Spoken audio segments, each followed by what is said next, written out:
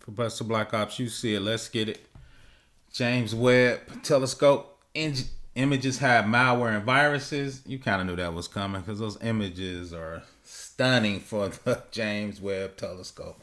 When I was younger, I was really into space, planets and stuff when I was younger. But those images are just beautiful. So once again, super quick article. Let's get into it. Hackers hide malware in James Webb telescope images.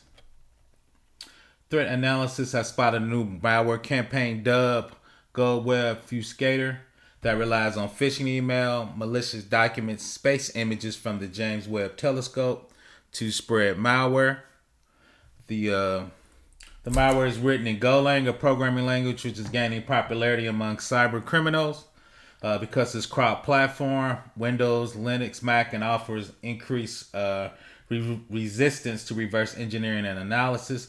Yeah, Golang is super popular. So, in recent campaign discovered by researchers at Securonix, the threat actors drops payloads that are currently not marked as malicious by antivirus engines on the VirusTotal scanning platform. So that means that pattern from those images are just not in total yet.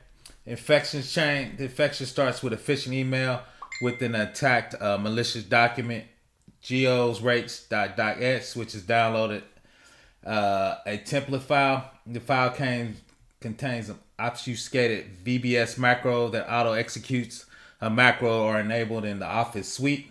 The code then downloads a JPEG image from a remote resource, decodes it into an executable using the certutil.exe launch. So that's just showing you some of the code in the background there.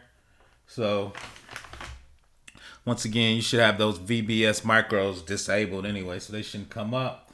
But an image viewer, the JPEG shows the galaxy cluster published by NASA on July 2020. However, open it with a text editor. The image reveals additional content disguised, including a certificate, which is base code payload that turns into a malicious 64-bit executable.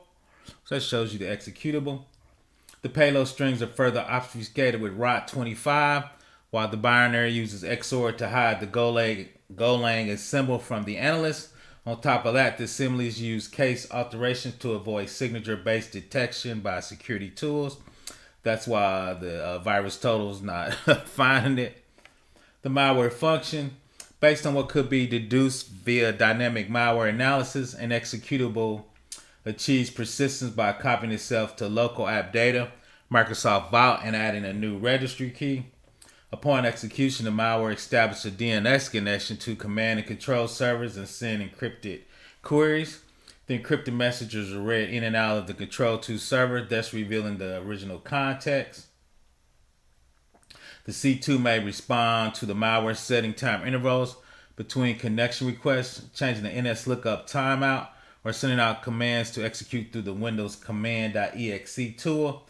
During the testing, Securonix observed that the threat actors running arbitrary enumeration commands on its test system as standard form of reconnaissance steps.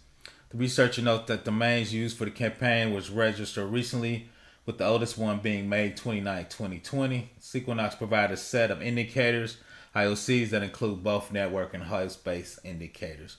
So what that means is that's going to be in the virus checkers pretty soon and get that figured out. But the base of this is be careful looking at those James Webb telescope images. The bad guys are out there. Please subscribe.